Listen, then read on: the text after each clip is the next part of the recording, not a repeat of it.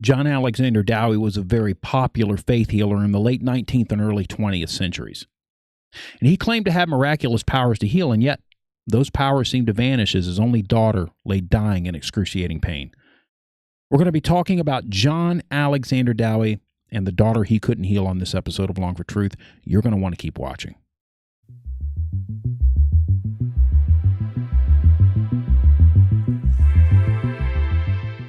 Hello and welcome to Long for Truth. My name is Daniel Long. Whether you're watching on YouTube or listening to the podcast, thank you so much for joining me. I really do appreciate you stopping by. And you guys who are watching on YouTube, if you haven't yet subscribed, don't forget to hit the subscribe button and then click that little bell icon next to it so you'll be notified every time I upload. I try to do that once a week, so don't forget to hit the bell. And you guys listening to the podcast, I will put a link to this YouTube video in the podcast show notes, so you can check that out as well. Okay, so we're going to be taking a little break from Charles Fox Parham, and we're going to be talking about this guy here. Let me put a picture of him up on the screen here. There he is. We're talking about that guy right there, John Alexander Dowie. Dowie was called or is called by charismatic leaders, the father of the faith healing movement. And in Robert Liardon's book, God's Generals, Liardon calls Dowie the apostle of healing. I got a little video clip here I want you to see with Benny Hinn talking about John Alexander Dowie. Take a look at this. I have so many Amy Semple McPherson will blow the hair off your head. I found more Amy that I was given over the years. People have been giving me stuff for the last 45 years. I have John Dowie, 1903. You know who John Dowie was? Three of you. John Dowie shook America. There's a whole city named after him. He named it Zion, Illinois. Zion, Illinois was started by John Dowie. If you go there today, every street has a Christian name. I found a tape among all the tapes I have from 1903. That's before Catherine's day and Amy's day. Steve Kozar also sent me a JPEG from a book that he's reading by Bill Johnson called Momentum. And I'm not actually reading the book, but Steve is. Let me pull that JPEG up here because I want you to see what Bill Johnson actually says about that. You can look right here in that book, Momentum. This is what Johnson says. John Alexander Dowie was an amazing man. And you're going to see, and if you've watched the other video that I've done on Dowie, Dowie's Den of Death, you know Dowie was not an amazing man. Dowie was a murderer. That's what John Alexander Dowie was. He was a fraud. He was a con man, and he was responsible for many deaths that took place in his healing homes. So he was not an amazing man. He is considered by many to be the father of the healing movement.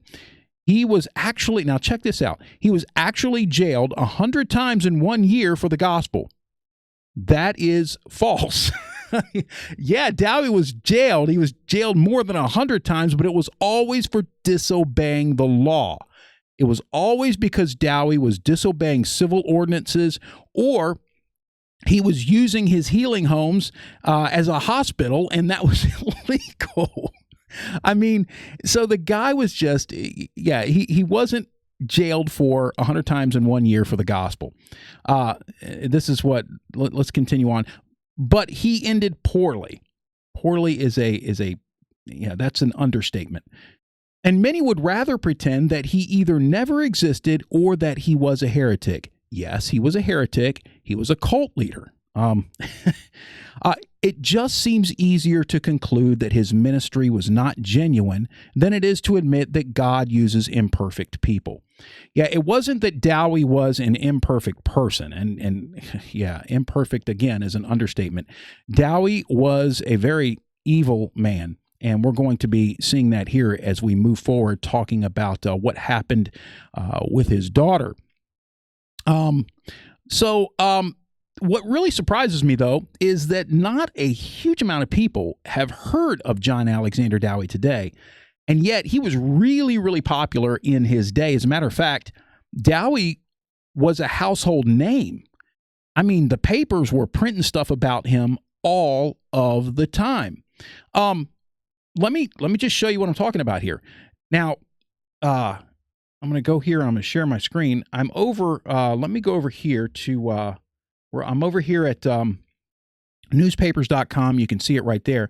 And there in the search box, if you look at the search box there, I've got the name John Alexander Dowie, and I've got it in quotation marks there, right?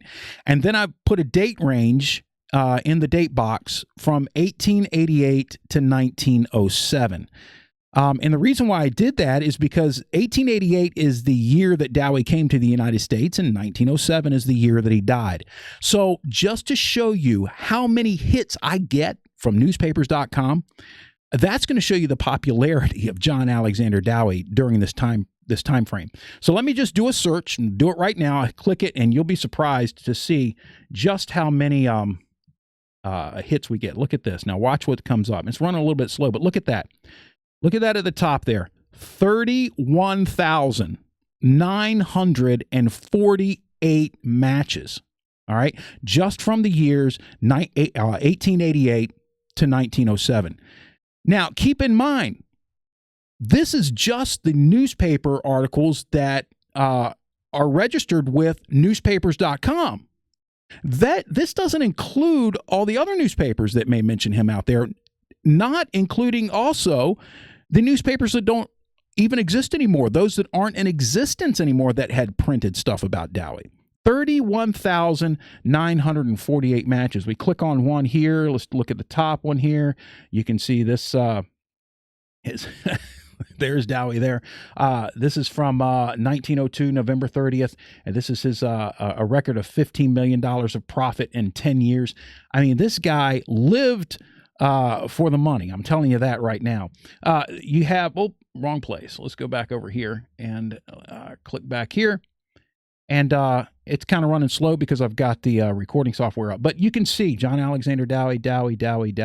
I mean, he was extremely popular, and not a lot of people have really heard of him today, which is kind of surprising. But anyway, so that is that. I did that just to show you the actual the popularity of Dowie. Let me get back here, and there we go. But that's just to show you the popularity of John Alexander Dowie in his day. That's why I wanted to do that search. Now, before we look at what happened with John Alexander Dowie's daughter, I probably should give you just a little bit of background information. If you want more information, you can check out the video I did a couple of months ago called Dowie's Den of Death. I'll put that up at the top of the screen, and you should be seeing it right up there now. And it's also, by the way, you guys listen to the podcast, it is one of the podcast episodes because I took the audio from that video and I uploaded it to Spreaker, so you guys should be able to check that out as well. But let me just give you a short, just kind of a short timeline, and there we go. Just a short timeline of John Alexander Dowie, kind of compact. This is nothing big. This is nothing major. There's a whole lot more that can be said about Dowie than what I'm going to tell you here. But Dowie came over to the United States in 1888, and he spent a couple of years going up and down the Pacific coast, establishing branches of his International Divine Healing Association, which, by the way, he used to scam people out of their hard-earned money. He would literally tell them that in order for them to be healed, they needed to tithe to his ministry, the International Divine Healing Association. And he would also say, if you want to keep your tithes, then you need to tithe to or continue to tithe to the ministry.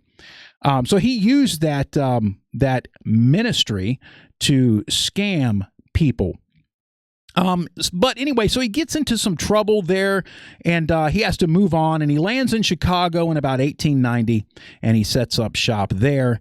And then about 1892, he set up his Divine Healing Home, which, by the way, he ended up with several of those. And as I said before, many of the patients in his healing homes died because of his doctrine. I mean, Dowie taught that the medical establishment was evil, that doctors were evil. He railed against doctors all the time.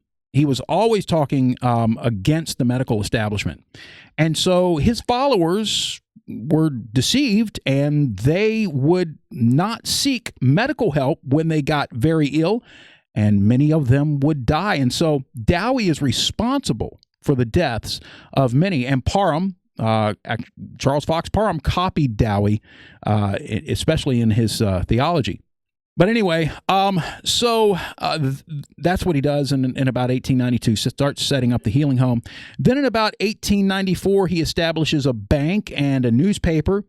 And in 1896, that's when he starts the Christian Catholic Church, which he is the general overseer of and the first apostle. And Dowie had he had a bunch of titles.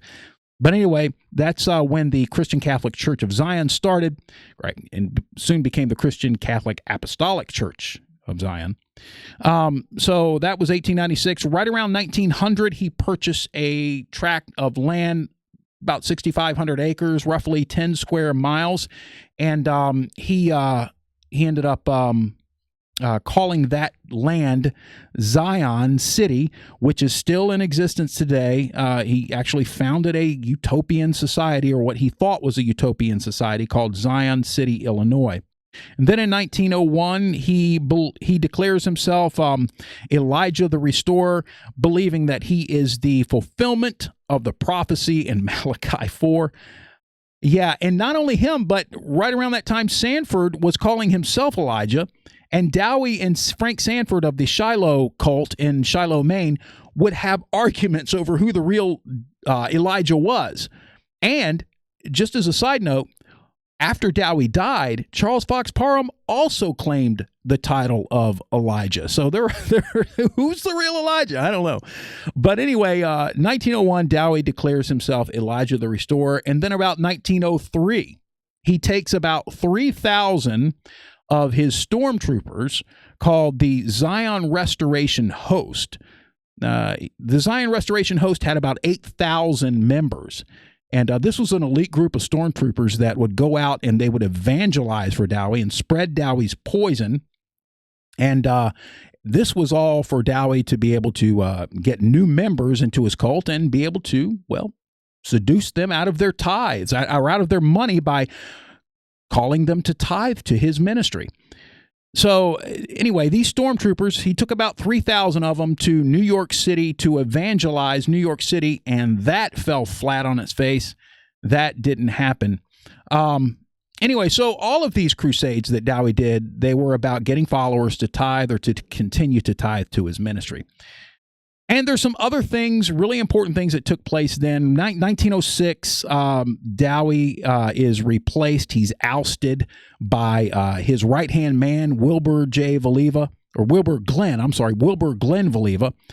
So he's ousted in 1906, and Valiva exposes Dowie for the fraud that he was, exposes his polygamy teachings and a lot of other immoral things that he was involved in. And then in 1907, Dowie ends up dying from complications of a stroke. So that's a very compact timeline for you there, just to give you a little background information about who Dowie was. Now, let me show you here a picture of his daughter, and we'll start, first of all, I'll put that up on the screen. Let's start with a family pic here. Right there, you can see, you see Dowie right there sitting in the chair. Right? And right above Dowie is his son, Gladstone. Right next to Dowie is his wife. She was actually an elder in his church, by the way. And then you can see his daughter, Esther, sitting right there at the bottom there, leaning up against Dowie. So here's a close-up pic of Esther.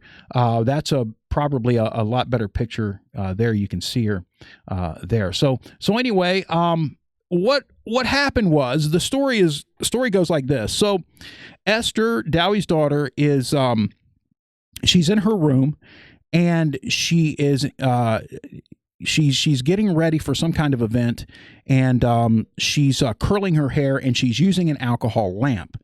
And somehow that lamp ended up exploding, and she ended up having her hair catch on fire, and it totally burned her face beyond recognition.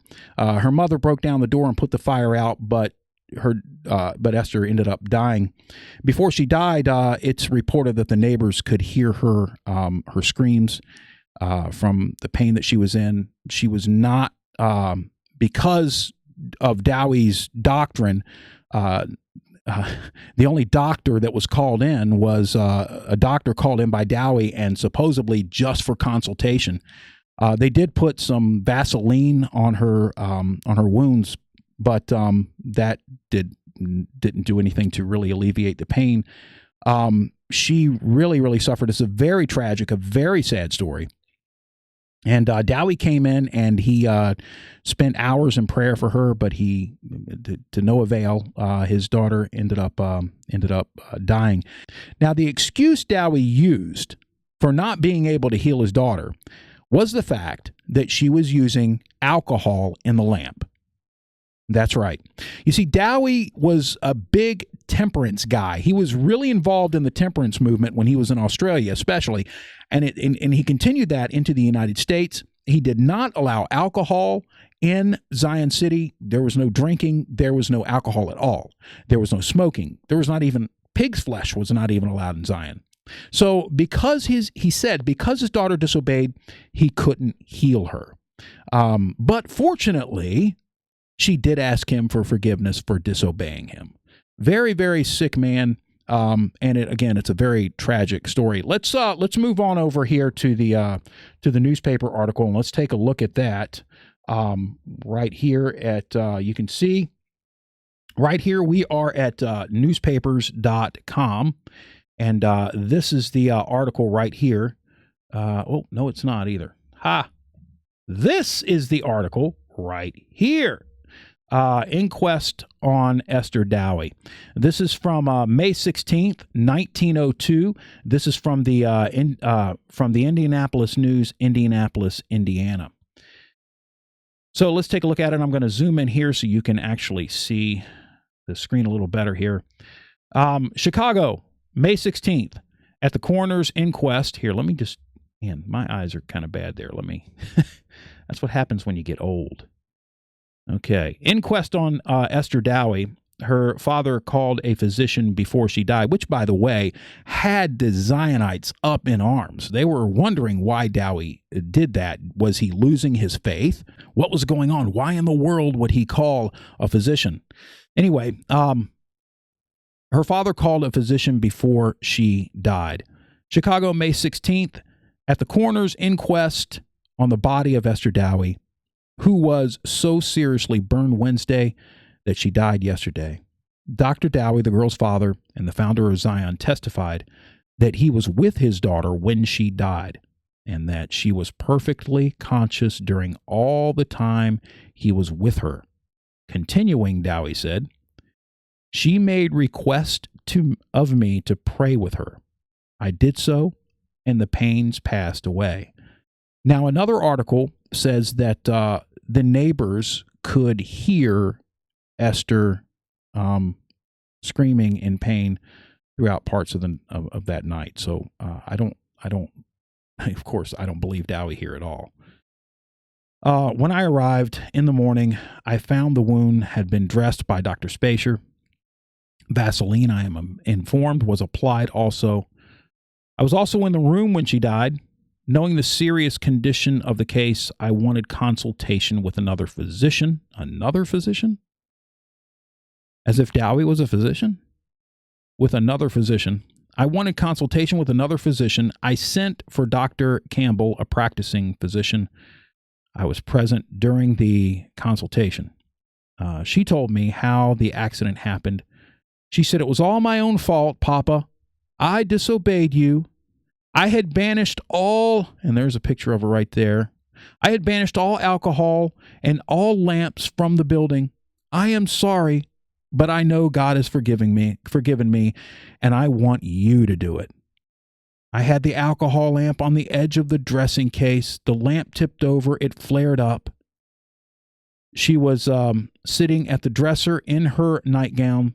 She lost her presence of mind and attempted to carry the lamp to the bathroom in the same room. And carrying it, the flames got upon her. She went to the door and cried for help, but too late.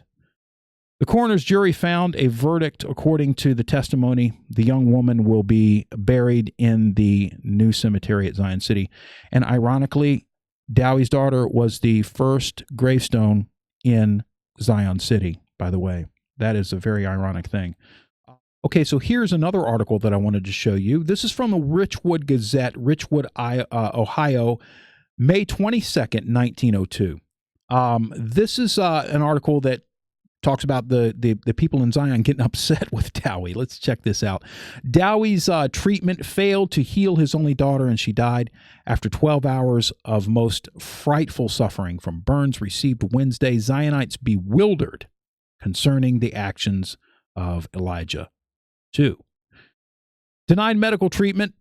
Esther Daly, only daughter of John Alexander Dowie, general overseer of the Christian Catholic Church in Zion, and self-anointed Elijah II, died Thursday morning, May 15th, after almost 12 hours of the most frightful suffering from the effects of burns received Wednesday.